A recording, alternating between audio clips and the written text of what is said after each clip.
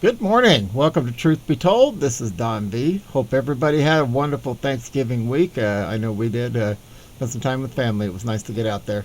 We have some interesting news reports I'd like to share with you. Before we move to it, please remember to subscribe. 90% of the people who watch my videos are not subscribers. It only takes a second and it's completely free. All right. You see it as well as I do. It says Twitter CEO Jack Dorsey stepping down, co-founder of tech giant behind censorship of conservative content. Well, thank God, finally. Jack Dorsey joined the protest against police in Ferguson, Missouri in 2014. Police officer was later found innocent in the shooting death of Michael Brown. Jack Dorsey is stepping down as CEO of Twitter. Co-founder Dorsey made Twitter as a household name. He's also helped destroy free speech in the U.S.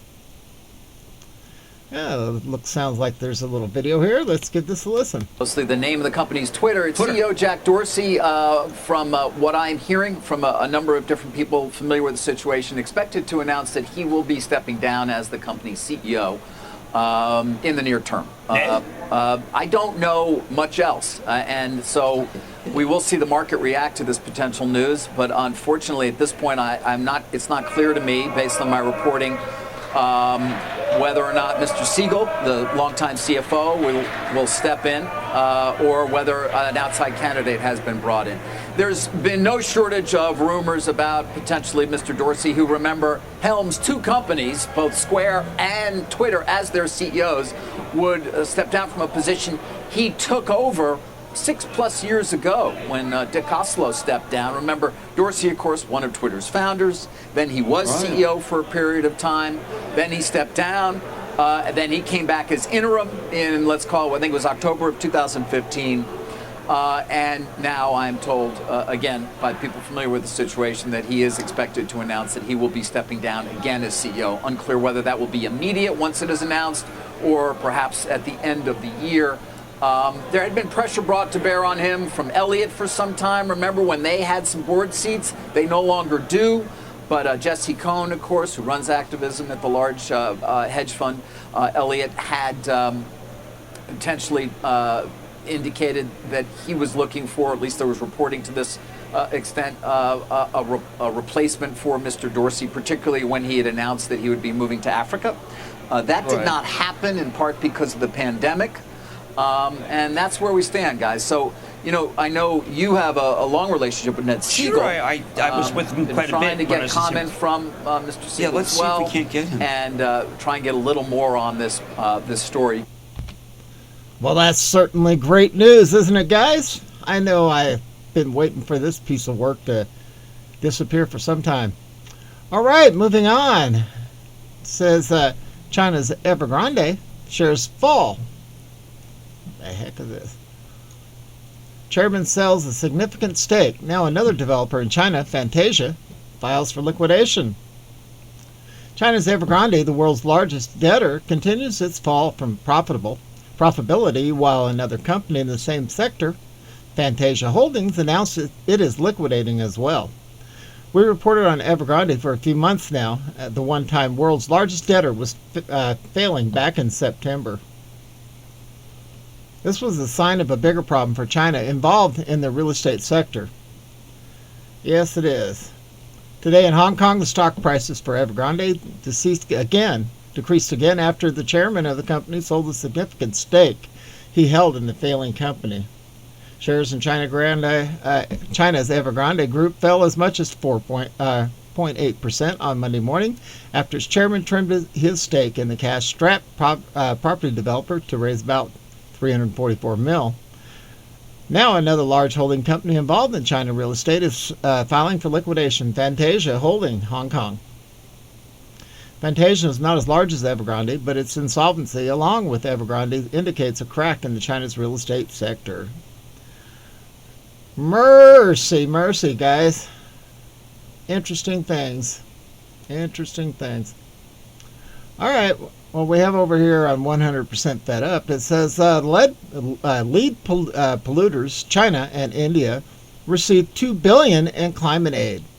China and India are consistently some of the world's top polluters, with their CO2 emissions only continuing to increase. Currently, China is ranked first among the world's polluters, emitting almost double the amount of carbon that of the U.S. does, with India being in third place. Despite this, both countries are set to receive billions of dollars in climate aid, the Daily Mail reports. China and India are set to receive $1.5 billion climate aid windfall despite scuppering a COP26 deal on reducing reliance on coal power. Richer countries agreed to double funding for developing nations to prepare for global warming at the Glasgow conference earlier this month. Despite having two of the fastest growing economies in the world, the UN designates China and India as developing states. Analysis shows that the two countries received a total of about $700 million from developed countries in 2019, and the latest figures available, as well as millions more from investment foundations and private donors. They will receive the aid despite the fact that they played a key role in watering down a COP26 pledge that promised to phase out the use of coal. Instead, participant nations only agreed to phase down its use. China's carbon emissions have grown at their fastest rate in nearly a decade, according to Carbon Brief. In the first quarter of 2021, they were set to increase carbon emissions by nearly 15%. U.S. emissions have decreased by 15% between 2005 and 19, while China's emissions have increased by over 80%, according to the U.S. Department of State. Here it is again. Do as I say, not as I do, huh? Interesting. On the pundit, it says, China does it again. They sent 27 aircrafts into Taiwan's air defense zone. China's doing it again. Taiwan is reporting that China sent 27 air defense planes into Taiwan's air defense zone.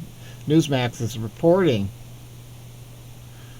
Taiwan's Air Force scrambled again on Sunday to warn away 27 Chinese aircraft that entered its air defense zone.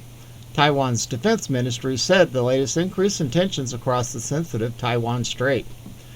The Chinese claim that Taiwan has complained for a year or more of repeated emissions by China Air Force near the democratically governed island, often in the southwestern part of its Air Defense Identification Zone, or ADIZ, close to the Taiwan-controlled Pratas Islands. Over a 4-day period beginning on October 1st, when China marked its National Day, Taiwan said that nearly 150 PLA military aircraft entered its ADIZ, not territorial airspace, but a broader area Taiwan monitors and patrols that acts to give it more time to respond to any threats. This is not the first time China has done this. In October, Taiwan announced it was preparing for war after the number of threats from China increased.